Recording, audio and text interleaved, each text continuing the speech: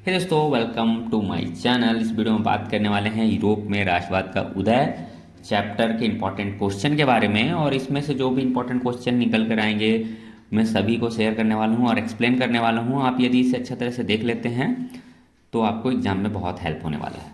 तो देखिए, सबसे पहला क्वेश्चन यहाँ पर है हमारा, फ्रेडरिक सोरियो कौन थे? तो फ्रेडरिक सोरियो एक फ्रांसीसी चित्रकार था। फ्रेडरिक सोरियो एक फ्रांसीसी चित्रकार था। 1848 ईस्वी में उसने चित्रों की श्रृंखला के माध्यम से क्या किया? 1848 ईस्वी में उसने चित्रों की श्रृंखला के माध्यम से गणतंत्र, स्वतंत्रता, ज्ञानोदय, राष्ट्र आदि के आदर्श को प्रस्तुत किया। तो फ्रेडरिक सोरियो एक फ्रांसीसी चित्रकार था। 1848 ईस्वी में चित्रों की श्रृंखला के माध्यम से गणतंत्र, स्वतंत्रता, ज्ञानोदय, राष्ट्र आदि के आदर्श को प्रस्तुत किया। क्लियर है? अब है रूढ़िवादी कौन थे? तो रूढ़िवादी उदारवादियों के विपरीत रूढ़िवादी वे लोग थे। उदारवादियों के विपरीत रूढ़िवादी वे लोग थे जो यह मानते थे कि राज्य और समाज, क्या मानते थे? राज्य और समाज की स्थापित पारंपरिक संस्थाएं जैसे कि राजतंत्र, चर्च, सामाजिक ऊंच नीच, संपत्ति और परिवार को बनाए रखना चाहिए। रूढ़िवादी उदारवादियों के विपरीत वे लोग थे जो यह मानते थे कि राज्य और समाज के स्थापित पारंपरिक संस्थाएं जैसे राजतंत्र, चर्च और सामाजिक उच्च नीच, संपत्ति और परिवार को बनाए रखना चाहिए। तो रूढ़िवादी ये थे। क्लियर है? आगे है, काउंट कैमिलो दे कावूर कौन था? काउंट कैमिलो दे कावूर कौन था? तो देखिए, Count Camillo de Cavour Italy के सिडनिया पिडमोंट राज्य का मंत्री प्रमुख था। Count Camillo de Cavour Italy के सिडनिया पिडमोंट राज्य का मंत्री प्रमुख था। ठीक है, इटली के सिडनिया पिडमोंट राज्य का मंत्री प्रमुख था। कौन? Count Camillo de Cavour. उसने इटली के प्रदेशों को, उसने क्या किया? इटली के प्रदेशों को स्वीकृत करने वाले, इटली के प्रदेश को स्वीकार करने वाले जितने भी आंदोलन थे ना, वाले आंदोलन का नेतृत्व किया। काउंट कैमिलो दे कावूर कौन था? तो Count Camillo de Cavour Italy के सिडनिया पिडमोंट राज्य का मंत्री प्रमुख था। उसने इटली के प्रदेशों को स्वीकृत करने वाले आंदोलन का नेतृत्व किया। क्लियर है? काउंट कैमिलो कौन थे पता चल गया। फ्रेडरिक सोरियो कौन था पता चल गया। चलिए, नेक्स्ट है, नेपोलियन बोनापार्ट कौन था?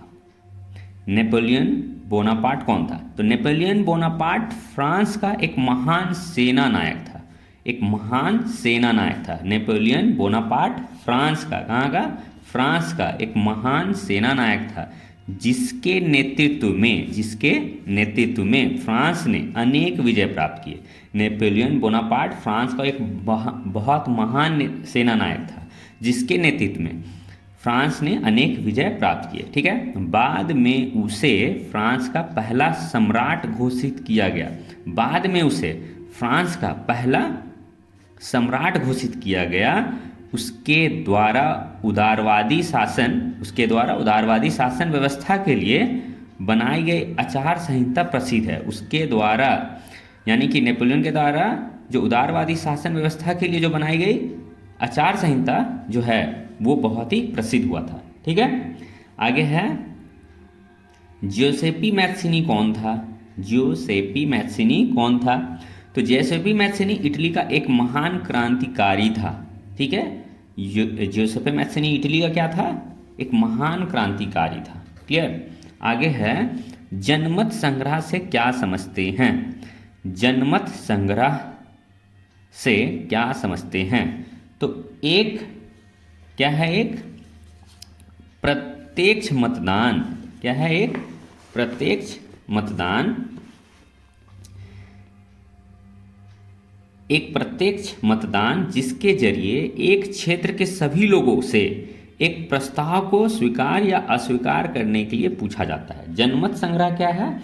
तो जनमत संग्रह एक प्रत्यक्ष मतदान है जिसके जरिए किसी एक क्षेत्र के लोगों को पूछा जाता है, किसी भी एक प्रस्ताव को स्वीकार करने के लिए या फिर अस्वीकार करने के लिए पूछा जाता है। यानी कि कोई भी एक बात को क्या कर सकता है, लोग वोट के माध्यम से स्वीकार कर सकता है और वोट यदि नहीं देगा तो अस्वीकार हो गया। तो ये जनमत संग्रह होता है। अब यहाँ पर एक क्वेश्चन है निरंकुशवाद से आप क्या समझते हैं? निरंकुशवाद से आप क्या समझते हैं? ठीक है, तो ऐसी सरकार या शासन व्यवस्था, निरंकुशवाद से आप क्या समझते हैं? तो ऐसी सरकार या शासन व्यवस्था जिसकी सत्ता पर किसी प्रकार का कोई अंकुश नहीं होता। एक ऐसी सरकार या शासन व्यवस्था जिसकी सत्ता पर एक ऐसी शासन व्यवस्था या ऐसी सरकार जिसकी सत्ता पर किसी प्रकार का कोई अंकुश नहीं होता, ऐसी राजशाही सरकार को निरंकुश सरकार कहा जाता है। ऐसी राजशाही सरकार को निरंकुश सरकार कहा जाता है जो अत्यंत केंद्रीकृत सैन्य बल पर आधारित और दमनकारी सरकारें होती है। क्या बोला जा रहा है? जो अत्यंत केंद्रीकृत सैन्य बल पर आधारित और दमनकारी सरकार होती है। तो निरंकुशवाद क्या है? एक ऐसी शासन व्यवस्था या ऐसी सरकार जिसकी सत्ता पर कोई भी अंकुश नहीं लगाया जा सकता है। ऐसी शासन सरकार को निरंकुश सरकार कहा जाता है जो अत्यंत केंद्रीकृत सैन्य बल पर आधारित और दमनकारी सरकार होती है। क्लियर? क्या लिखा है? कल्पनादर्श या यूटोपिया क्या है? कल्पनादर्श या फिर यूटोपिया क्या है? तो एक ऐसी समाज की कल्पना जो इतनी आदर्श है कि उसका साकार होना असंभव है, लगभग असंभव है। यूटोपिया क्या है? तो एक ऐसी, क्या है यूटोपिया? एक ऐसी समाज की कल्पना जो इतनी आदर्श है कि उसकी साकार होना लगभग असंभव है। मतलब ऐसा सोच लीजिए कि कोई भी इंसान, यानी जैसे मान लेते हैं समझने के लिए कि इंडिया में कुछ मतलब करप्शन ख़त्म हो जाए, रोड बहुत अच्छा हो जाए, आसपास का इलाका बहुत साफ हो जाए, ऐसा सोच सकते हैं हम लोग। तो ये क्या है? यूटोपिया है। लेकिन ऐसा हो सकता है क्या? चोरी ना हो, कोई किसी से हेट ना करे, ऐसा हो सकता है? नहीं हो सकता है। मतलब एक ऐसी समाज की कल्पना जो इतनी आदर्श हो कि उसका साकार होना लगभग असंभव हो, उसको यूटोपिया कहा जाता है। ठीक है, देखिए यहाँ पर है 1815 की वियना संधि से क्या उद्देश्य थे? 1815 की वियना संधि के क्या उद्देश्य थे? युद्ध को रोकने के लिए एक संविधान का निर्माण, पराजित राष्ट्र द्वारा विजय राष्ट्र को क्षतिपूर्ति। क्या बोला जा रहा है? युद्ध को रोकने के लिए एक संविधान का निर्माण किया गया। ठीक है, अब पराजित राष्ट्र द्वारा विजय राष्ट्र को क्षतिपूर्ति, फ्रांस तथा अन्य राजतंत्रों को फिर से बहाल करना तथा दास प्रथा की समाप्ति। तो समझ गए, युद्ध को रोकने के लिए एक संविधान का निर्माण किया गया, पराजित राष्ट्र द्वारा विजय राष्ट्र की कुछ जो क्षति हुआ था, क्षतिपूर्ति, फ्रांस तथा अन्य राजतंत्र को फिर से बहाल करना, दास प्रथा की समाप्ति। ये 1815 की वियना संधि के उद्देश्य थे। क्लियर? अब देखिए नेक्स्ट रास्ता, ओटोमन साम्राज्य से क्या तात्पर्य है? तो ओटोमन साम्राज्य से तात्पर्य यह है कि ओटोमन साम्राज्य अर्थात उस्मानी सल्तनत, ओटोमन साम्राज्य या अर्थात उस्मानी सल्तनत 1299 में पश्चिमोत्तर अनातोलिया में स्थापित एक तुर्क राष्ट्र था। क्या था? एक पश्चिमोत्तर अनातोलिया में स्थापित एक तुर्क राष्ट्र था ओटोमन साम्राज्य। इस साम्राज्य के अंतर्गत पश्चिम एशिया और यूरोप के कुछ देश आते थे। इस साम्राज्य के अंतर्गत पश्चिम एशिया और यूरोप के कुछ देश आते थे जिसके संस्थापक उस्मान प्रथम थे।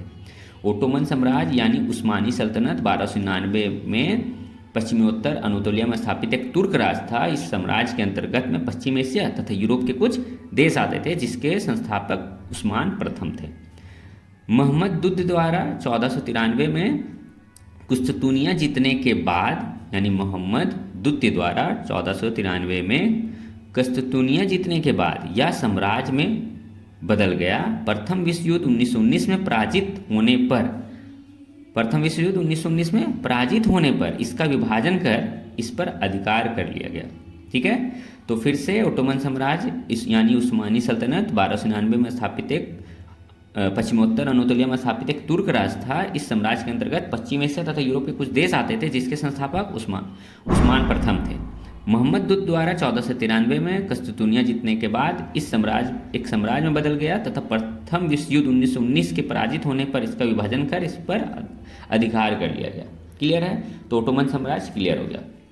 नेक्स्ट है राष्ट्रवाद से आप क्या समझते हैं? राष्ट्रवाद किसी भी राष्ट्र की सामूहिक पहचान है। यानी राष्ट्रवाद से आप क्या समझते हैं? तो राष्ट्रवाद किसी भी राष्ट्र की सामूहिक पहचान है या निश्चित भौगोलिक क्षेत्र में रहने वाले जनता। यानी क्या बोल रहा है? राष्ट्रवाद जो है किसी एक राष्ट्र की सामूहिक पहचान है। यानी एक कोई भी देश हुआ, उसका राष्ट्रवाद क्या है उसके लिए? तो उसके लिए एक सामूहिक पहचान है या निश्चित भौगोलिक क्षेत्र में रहने वाले जनता जब स्वयं को एक समान संस्कृति, इतिहास, धार्मिक मान्यताओं आदि से जुड़ी हुई महसूस करती है तो उसे राष्ट्रवाद के नाम से जाना जाता है। यानी राष्ट्रवाद क्या है? यानी राष्ट्रवाद किसी भी राष्ट्र की सामूहिक पहचान होती है या निश्चित भौगोलिक क्षेत्र में रहने वाले लोगों को, जो लोग होते हैं वाली जनता, जब अपना आप स्वयं को एक समान संस्कृति, इतिहास और धार्मिक मान्यताओं के आदि से जुड़ी हुई महसूस करती है तो उसे राष्ट्रवाद के नाम से जाना जाता है। क्लियर है ना? नेक्स्ट है उदारवाद से आप क्या समझते हैं? उदारवाद से आप क्या समझते हैं? था ना एक ठो रूढ़िवादी किसे कहते हैं? तो उदारवादियों के विपरीत वे लोग जो यह मानते थे कि राज और समाज की स्थापित पारंपरिक संस्थाएं जैसे राजतंत्र, चर्च और सामाजिक उच्च नीच, संपत्ति और परिवार को बनाए रखना चाहिए, उसे रूढ़िवादी कहते थे। तो उसमें था उदारवादी, एक वर्ड आया था। तो यहाँ पर है उदारवाद से आप क्या समझते हैं? तो उदारवाद शब्द लातीन भाषा के लिबर शब्द से निकला है जिसका अर्थ होता है आज़ाद। इसका अर्थ क्या होता है? आज़ाद। इस प्रकार उदारवाद का अर्थ हुआ व्यक्ति के लिए आज़ादी, कानून के समक्ष सबकी बराबरी, निरंकुश शासक और पादरी वर्ग के विशेष अधिकारों की समाप्ति। क्या बोला जा रहा है? उदारवाद जो है एक लैटिन भाषा से निकाला गया है जिसका अर्थ होता है आज़ाद। इस प्रकार उदारवाद का अर्थ क्या हुआ कि व्यक्ति के लिए आज़ादी, कानून के समक्ष सबकी बराबरी, यानी व्यक्ति के लिए आज़ादी, कानून के समक्ष सबकी बराबरी, निरंकुश शासक और पादरी वर्ग के विशेष अधिकार की समाप्ति तथा संविधान तथा संसद प्रतिनिधि सरकार की स्थापना। ये है उदारवादी का मतलब। ठीक है, तो उदारवादी क्लियर हो गया कि उदारवादी किसे कहा जाता है। यंग इटली क्या था? इसकी स्थापना किसने की? यंग इटली क्या था? इसकी स्थापना किसने की? यंग इटली एक गुप्त क्रांतिकारी संगठन था। यंग इटली, ये जो वर्ड है यंग इटली क्या था? तो एक गुप्त क्रांतिकारी संगठन था। क्या था? एक गुप्त क्रांतिकारी संगठन था। इसकी स्थापना 1830 में हुई थी। ये यंग इटली क्या था? तो गुप्त क्रांतिकारी संगठन, और इसकी स्थापना 1830 में हुई थी। के दशक में जोसेफे मैस्सिनी ने एकीकृत इटली के विचारों को प्रसारित करने के लिए की थी। तो कौन किया था? जोसेफे मैस्सिनी ने एकीकृत इटली के विचारों को प्रसारित करने के लिए ये ग्रुप बनाया था। फिर से यंग इटली एक गुप्त क्रांतिकारी संगठन था। इसकी स्थापना 1830 ईस्वी में के दशक में जोसेफे मैस्सिनी ने एकीकृत इटली के विचारों को प्रसारित करने के लिए की थी। क्लियर है? नेक्स्ट क्वेश्चन है रूपक से क्या तात्पर्य है? रूपक वर्ड जो आता है, रूपक क्या होता है? जब किसी अमूर्त विचार, यानी कोई ऐसा विचार जैसे स्वतंत्रता, मुक्ति, ईर्ष्या, लालच आदि को किसी व्यक्ति या किसी चीज द्वारा इंगित किया जाता है, किसी व्यक्ति या किसी चीज द्वारा इंगित किया जाता है तो उसे रूपक कहा जाता है। रूपक का मतलब है स्वतंत्रता, मुक्ति, ईर्ष्या, लालच। स्वतंत्रता, मुक्ति, ईर्ष्या, लालच को किसी सिंबल के द्वारा या फिर किसी व्यक्ति के द्वारा चिन्हित किया जाता है तो उसको क्या कहा जाता है? रूपक। ठीक है।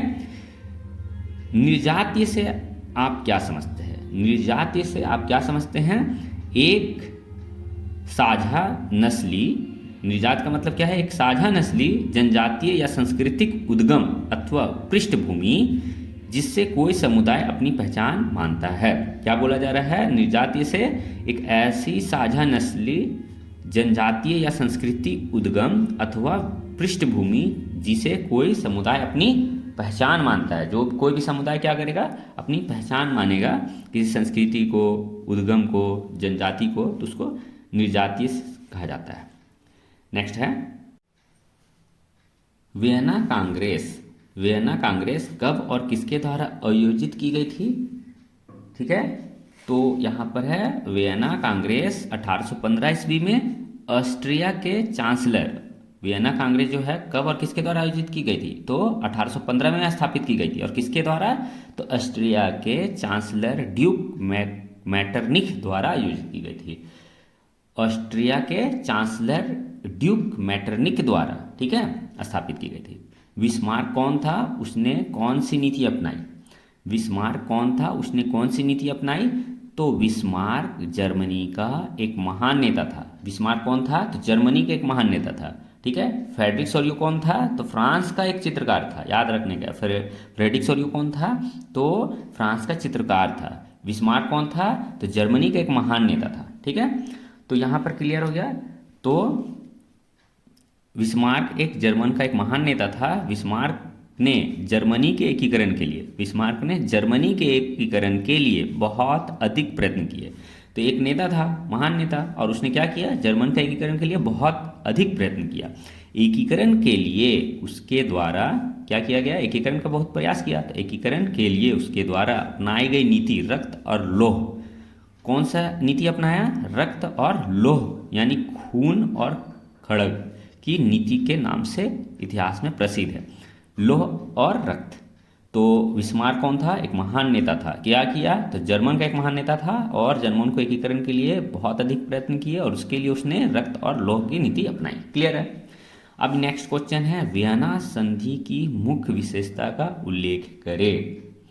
वियना संधि की मुख्य विशेषताओं का उल्लेख करें। तो वियना संधि की मुख्य विशेषता क्या थी? तो नेपोलियाई युद्धों के दौरान हुई बदलाव को खत्म करना। नेपोलियाई युद्धों के दौरान हुई बदलाव जो हुआ था उसको खत्म करना और बुर्बो वंश को सत्ता में पुनः बहाल करना। बुर्बो वंश को सत्ता में फिर से बहाल करना, ये वियना संधि का मुख्य विशेषता था। नेक्स्ट है, रक्त और लौह की नीति से अब क्या समझते हैं?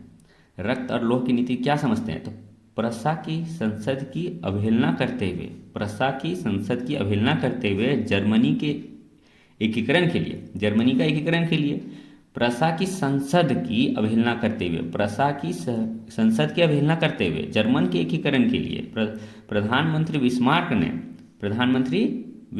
ने रक्त और लौह की नीति अपनाई। बिस्मार्क को शक्ति पर अटूट विश्वास था, अतः सेना पर विश्वास करके रक्त और लौह नीति का अवलंबन किया, जिसके परिणाम स्वरूप जर्मन का एकीकरण हुआ। तो रक्त और लौह की नीति सब क्या समझते हैं? तो प्रशा की संसद का अवहेलना करते हुए जर्मन एकीकरण के लिए प्रधानमंत्री बिस्मार्क ने रक्त और लौह की नीति अपनाई और बिस्मार्क को शक्ति पर बहुत अटूट विश्वास था तथा अतः सेना पर विश्वास करके रक्त और लौह की नीति का अवलंबन किया, जिसके परिणाम जर्मनी का एकीकरण हुआ। तो होप आपको यहाँ पर 19 क्वेश्चन बहुत अच्छा से समझ आया हुआ है और ऐसे ही और भी क्वेश्चन जो भी इम्पोर्टेंट्स होंगे मैं लगातार अभी जैक बोर्ड के लिए जितने भी चैप्टर हैं हिस्ट्री के, साइंस के, हिंदी, इंग्लिश, मैथ्स, इन सभी को मैं बताने वाला हूँ। तो यदि आपको इन्फॉर्मेटिव लगा है, ये वीडियो अच्छा लगा है तो लाइक कर दीजिए और ऐसे ही और भी वीडियो देखने के लिए चैनल को सब्सक्राइब कीजिए। Thanks for watching.